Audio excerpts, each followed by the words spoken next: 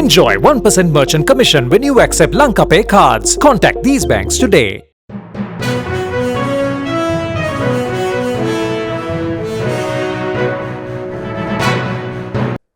Prime Minister Ranil Wickremesinghe on Monday said the next couple of months will be the most difficult ones in the lives of all citizens and the country must prepare to make some sacrifices and face the challenges of this period.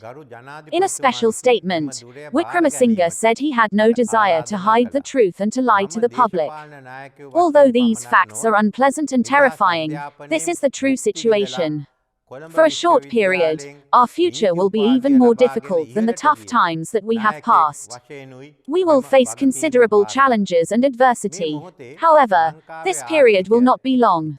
In the coming months, our foreign allies will assist us. They have already pledged their support. Therefore, we will have to patiently bear the next couple of months. However, we can overcome this situation. Doing so will require taking a new path, Wickremesinghe said. ආයුබෝවන්. පසුගිය බ්‍රහස්පතින්දා මම අග්‍රමාත්‍ය දුරය බාරගත්තා. එම දුරය මම ඉල්ලා හිටියේ නැහැ. රටේ ඇති වී තිබුණු අර්බුදකාරී තත්ත්වය හමුවේ ගරු ජනාධිපතිතුමා විසින් මෙම දුරය බාර ගැනීමට මට ආරාධනා කළා. Last Thursday, I accepted office as the Prime Minister. I did not request this position. In face of the challenging situation facing the country, the President invited me to take up this position. I assumed this duty not only as a political leader, but also as national leader who has benefited from free education at the Faculty of Law of the University of Colombo. At present, the Sri Lankan economy is extremely precarious. Although the former government's budget projected a revenue of 2.3 trillion Sri Lankan rupees, 1.6 trillion is the realistic projection of this year's revenue. The estimated government expenditure for this year is 3.3 trillion Sri Lankan rupees. However, due to the increase in interest rates and additional expenditure of the former government, the total government expenditure is 4 trillion Sri Lankan rupees. The budget deficit for the year is 2.4 trillion Sri Lankan rupees. This amount equals 13% of the GDP. The approved debt ceiling is 3,200 billion Sri Lankan rupees. By the second week of May, we had spent 1,950 billion. Therefore, the remainder is 1,250 billion Sri Lankan rupees. Yesterday, a cabinet decision was made to present a proposal to Parliament to increase the approved limit for issuing treasury bills from 3,000 billion to 4,000 billion. In November 2019, our foreign exchange reserves were at 7.5 billion United States dollars. However, today, it is a challenge for the Treasury to find 1 million United States dollars. The Ministry of Finance is finding it difficult to raise 5 million United States dollars required to import gas. Amidst all these issues, we are faced with several grave concerns. To ease the queues, we must obtain approximately 75 million United States dollars within the next couple of days. At the moment, we only have petrol stocks for a single day. Due to the diesel shipment that arrived yesterday, the lack of diesel will be resolved to some extent. Under the Indian credit line, 2 more diesel shipments are due to arrive on the 18th of May and the 1st of June.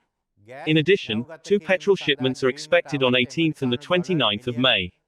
For over 40 days, 3 ships with crude oil and furnace oil have been anchored within the maritime zone of Sri Lanka. We are working to obtain dollars in the open market to pay for these shipments. A quarter of electricity is generated through oil. Therefore, there is a possibility that the daily power outages will increase to 15 hours a day. However, we have already obtained money to avert this crisis. We must also immediately obtain 20 million United States dollars to provide gas to consumers. The situation of kerosene and furnace oil is even more urgent. At present, the central bank, local state and private banks, and foreign banks functioning in Sri Lanka are all facing a dollar shortage. As you are already aware, we possess a very low amount of US dollars. Nevertheless, we succeeded in bringing in a diesel shipment yesterday despite these adverse circumstances with Indian assistance. Therefore, you can obtain that diesel from today onwards. We will also work towards making a payment for the gas shipment that arrived on Tuesday. Therefore, you will have some respite from the gas shortage. Another grave concern is the lack of medicine. There is a severe shortage of a number of medicines, including medicine required for heart disease as well as surgical equipment. Payments have not been made for 4 months to suppliers of medicine, medical equipment, and food for patients. The payment owed to them amounts to 34 billion Sri Lankan rupees. In addition, payments have not been made for 4 months for medicine imported by the State Pharmaceuticals Corporation. As a result, pharmaceutical companies are taking steps to blacklist the SPC. Unfortunately, our medical supplies division is unable to provide even 2 critical items of the 14 essential medicines that we currently need. These 2 are a medicine used in treating heart disease and the anti-rabies vaccine. The latter has no alternative treatment. We have planned to present a new alternative budget to the development budget proposed for 2022. Intend to present it as a concessionary budget. I further propose to privatize Sri Lankan Airlines, which is incurring extensive losses. The loss for the year 2020-2021 alone amounts to 45 billion Sri Lankan rupees. By the 31st of March 2021, the total loss was at 372 billion. Even if we privatize Sri Lankan Airlines, this is a loss that we must bear. You must be aware that this is a loss that must be borne even by the poor people of this country who have never stepped on an airplane. In the short term, we will have to face an even more difficult time period. There is a possibility that inflation will increase further. At present, the government incurs a loss of 84 rupees and 38 cents per litre of 92-octane petrol, 71 rupees 19 cents per litre of 95-octane petrol, 131 rupees and 55 cents per litre of diesel, 136 rupees and 31 cents per litre of super diesel, and 294 rupees 50 cents per litre of kerosene oil. The Petroleum Corporation can no longer bear this loss. Similarly, although the Electricity Board charges 17 rupees per unit of electricity, the cost of production is at around 48 rupees, amounting to a loss of about 30 rupees per unit. This is also a serious problem. Against my own wishes, I am compelled to permit printing money in order to pay state sector employees and to pay for essential goods and services. However, we must remember that printing money leads to the depreciation of the rupee. Under the current circumstances, even the Petroleum Corporation and the Electricity Board are unable to obtain rupees. The next couple of months will be the most difficult ones of our lives. We must prepare ourselves to make some sacrifices and face the challenges of this period. I have no desire to hide the truth and to lie to the public. Although these facts are unpleasant and terrifying, this is the true situation. For a short period, our future will be even more difficult than the tough times that we have passed. We will face considerable challenges and adversity. However, this period will not be long. In the coming months, our foreign allies will assist us.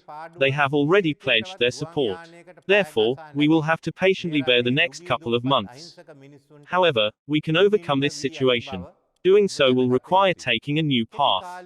I thank the opposition leader and the leaders of the political parties who replied to the letters that I sent them, informing them of the current situation. We must immediately establish a national assembly or political body with the participation of all political parties to find solutions for the present crisis. This will enable us to discuss with all parties and to arrive at decisions for short, medium, and long-term action plans that will enable us to rebuild our nation within a specified time frame. We will build a nation without queues for kerosene, gas, and fuel, a nation free of power outages, a nation with plentiful resources where agriculture can freely flourish, a nation where the future of the youth is secure, a nation where people's labor need not be wasted in queues and in struggles, a nation where everyone can lead their lives freely with 3 square meals a day. I am undertaking a dangerous challenge. In the Caucasian chalk circle, Grusha crossed the broken rope bridge carrying a child that was not her own. This is an even more difficult undertaking. The precipice is deep and its bottom cannot be seen. The bridge is made of thin glass and there is no handrail. I am wearing shoes with sharp nails that cannot be removed. My task is to safely take the child to the other side. I am accepting this challenge for our nation. My goal and dedication is not to save an individual, a family, or a party. My objective is to save all the people of this country and the future of our younger generation. I will undertake this task willingly, risking my life if needed, and will overcome the challenges facing us. I ask you to extend your support to me in this endeavor. I will fulfill my duty towards our nation. That is my promise to you. මට ජීවිතයේ දුෂ්කරම කාල පරිච්ඡේදය ගත කරන්නට සිදු වේවි. එයට අපි සියල්ලෝම කැපවීමෙන් මුහුණ දිය යුතුයි. මම ජනතාවට කරුණු සංගවා බොරු කීමට කිසිසේත් කැමති නැහැ. භයානක වූවත්, අප්‍රසන්න වූවත්, මේකයි ඇත්ත తත්වය. කෙටි කාලීනව අපි මුහුණ දෙන්න යන්නේ ගෙවි කාලයටත් වඩා දුෂ්කරම කාලයකට. මේ වෙලාවේ අපිට තිබෙන්නේ දුක් කම්කටොළු විතරයි. ඒත් මේ తත්වය කෙටි කාලීනයි. ඉදිරි මාස කීපෙදී අපේ මිත්‍ර රටවල උපකාරය සහ සහයෝගය අපට ලැබේවි. ඔවුන් මේ වන විටත් අපට උදව් කරන්න පොරොන්දු වෙලා තියෙනවා. ඒ සඳහා ගතවන මාස කීපය අපට ඉවසීමෙන් දරා ගන්නට ඉන්නම වෙනවා. නමුත් අපිට මේකෙන් ගොඩ යන්න පුළුවන්. ඒ සඳහා අපිට අලුත් මාර්ගයක යන්න වෙනවා. මේ අවස්ථාවේ පවතින තත්ත්වය සම්බන්ධයෙන් මම විපක්ෂ නායකවරයා ඇතුළු පක්ෂ නායකයින්ට යොමු කළ ලිපිවලට පිළිතුරු ලබා දීම සම්බන්ධයෙන් මම ඔවුන්ට ස්තුතිවන්ත වෙනවා. දැනට පවතින මේ ගැටලු වලට පිළිතුරු සොයා ගැනීම සඳහා ජාතික සභාවක් හෝ දේශපාලන මණ්ඩලයක් සියලු පක්ෂවල සහභාගීත්වයෙන් වහාම පිහිටවීමට කටයුතු කළ යුතුව තිබෙනවා. එවිට සියලු පාර්ශ්වයන් සමග සාකච්ඡා කොට තීරණය කරගන්නා නිශ්චිත කාලරාමුවක් තුළ පොදු කෙටිකාලීන, මධ්‍යම කාලීන හා දීර්ඝකාලීන අවම වැඩසටහන් ක්‍රියාවට නංවා රට නැවතත් ඉහළට ඔසවා තබන්නට අපට හැකි වෙනවා. භූමි තෙල්, ගෑස්, ඉන්ධන පෝලිම් නැති රටක්, විදුලි බලය කැපෙන්නේ නැති රටක්, කෘෂි කර්මාන්තයේ නිදහසෙන් කරගෙන යන්න පුළුවන් පහසුකම් ඇති රටක්, තරුණ තරුණියන්ගේ හෙට දවස ආරක්ෂිත රටක්, මිනිස් ශ්‍රමය අරගල භූමිවල සහ පෝලිම් වල නාස්ති කරන්නට ඕන වෙන්නේ නැති රටක්, හැමෝටම නිදහසේ ජීවිතය ඉදිරියට ගෙනියන්න පුළුවන් රටක්, තුන් වේලක් කන්න පුළුවන් රටක් අපි ගොඩනගනවා. මම බාරගත්තේ අනතුරුදායක අභියෝගයක්. හුනවටේ ගෘෂා අනුන්ගේ දරුවක් වඩාගෙන වැල් පාලම තරණය කරා. මේක ඊටත් වඩා භයානක අභියෝගයක්. හෙළ ගැඹුරුයි. පතුල පෙනෙන්නේ නැහැ. පාලම හදලා තියෙන්නේ තුනී වීදුරු වලින්. අත්වලකුත් නැහැ. මගේ කකුල් දෙකට ගලවන්න බැරි සපත්තු දෙකක් දාලා තියෙනවා. ඒක අඩියේ තියෙන්නේ තියුණු යකඩ ඇන. දරුවාව ආරක්ෂිතව එහා පැත්තට අරන් යන්නයි මට තියෙන්නේ.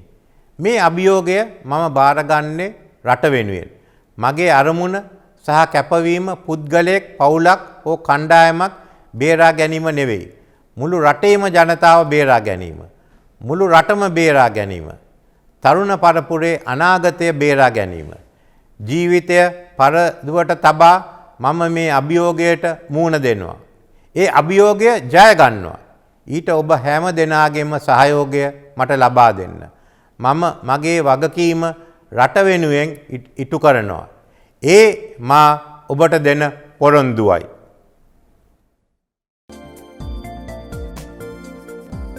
For more latest news, subscribe to FT